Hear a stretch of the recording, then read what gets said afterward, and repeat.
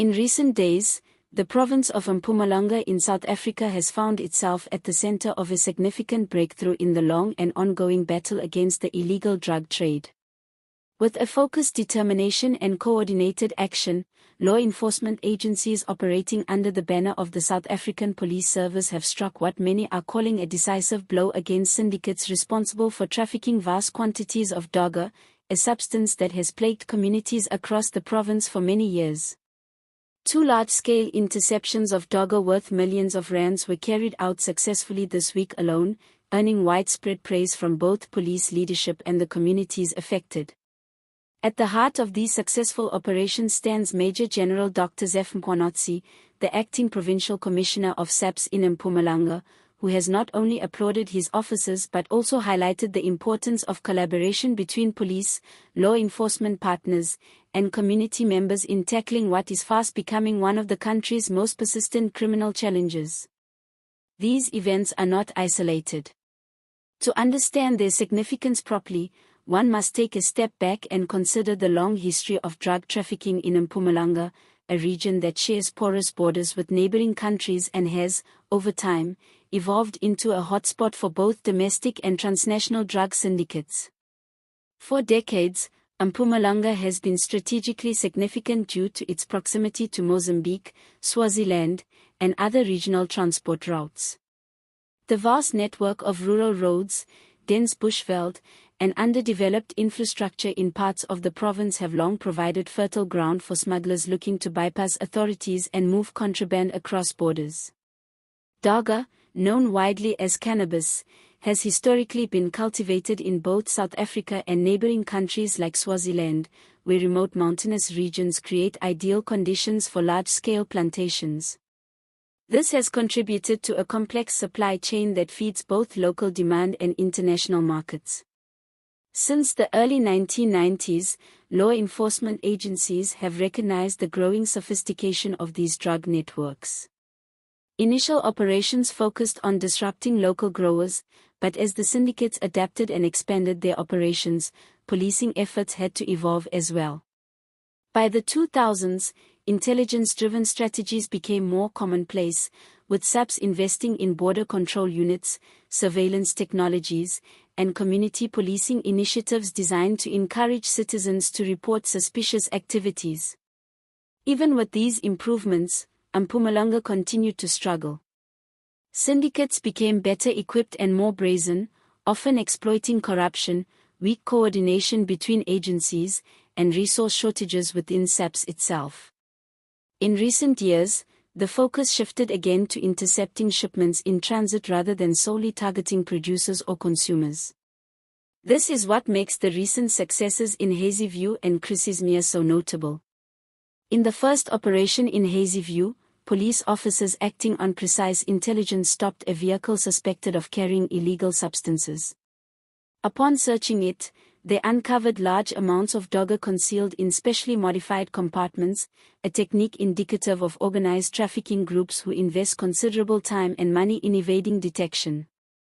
The estimated street value ran into several millions of rands, reflecting both the scale of the operation and the financial stakes involved. Days later in Chrissiesmeer, a similar bust unfolded. This time, a timely tip-off enabled officers to intercept another shipment of Dagga, again worth millions. Arrests were made swiftly, with the suspects believed to be key players within broader networks operating across provincial and international borders. What stands out in both cases is the speed and effectiveness of the police response, signaling an improved capacity in intelligence gathering and operational execution. Major General Mkhwanazi's public statement underscored these achievements. His acknowledgement of community members, other law enforcement partners, and SAPS officers themselves was a clear attempt to reinforce the idea that combating drug trafficking cannot rely solely on police action. It requires trust, cooperation, and open communication between citizens and authorities. His words about dismantling criminal syndicates also suggest that SAPS is not content with short-term victories. The intention is to go further, using information gathered from these arrests to map and disrupt entire supply chains. This approach aligns with global best practices, where seizures and arrests serve as entry points into deeper investigations aimed at crippling the leadership structures of organized crime groups. However, the situation remains complex. Despite these wins, Mpumalanga's geography and socio-economic conditions continue to pose challenges. High unemployment, poverty, and limited access to education in rural areas often make communities vulnerable to exploitation by drug syndicates. Young people, especially, can be lured into trafficking networks with promises of quick money. The border regions also remain difficult to police comprehensively. While SAPS and its partners have made strides in improving border security, vast stretches of land remain unpatrolled, and resource limitations are an ongoing concern. Corruption within some law enforcement ranks, although reduced compared to years past, is another risk that can undermine the effectiveness of these operations if left unchecked. Another layer to consider is the evolving public perception around Dagga itself. South Africa's Constitutional Court ruling in 2018 that decriminalized private use and cultivation of cannabis added a new dynamic to policing efforts.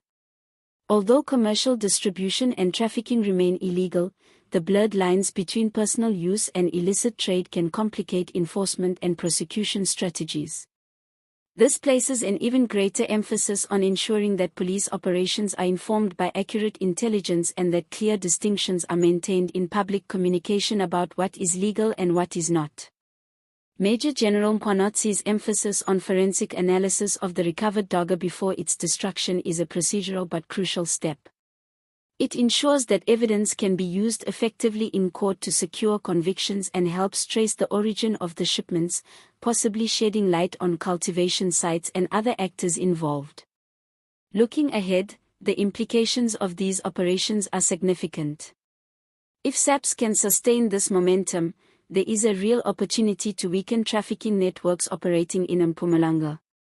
Continued collaboration with border agencies, regional law enforcement bodies, and international partners like Interpol could amplify these efforts. Community engagement programs, aimed at educating citizens about the dangers of drug trafficking and the importance of reporting suspicious activities, will also be key. For the public, these developments offer a measure of reassurance. If you guys found this deep dive informative and want to stay updated on more developments like this one, make sure you subscribe to the channel and turn on those notifications so you never miss an update. Also, let us know in the comments what you think about the police operations and whether you believe SAPS is on the right track in fighting drug trafficking in Mpumalanga. We really want to hear your thoughts and perspectives on this important issue.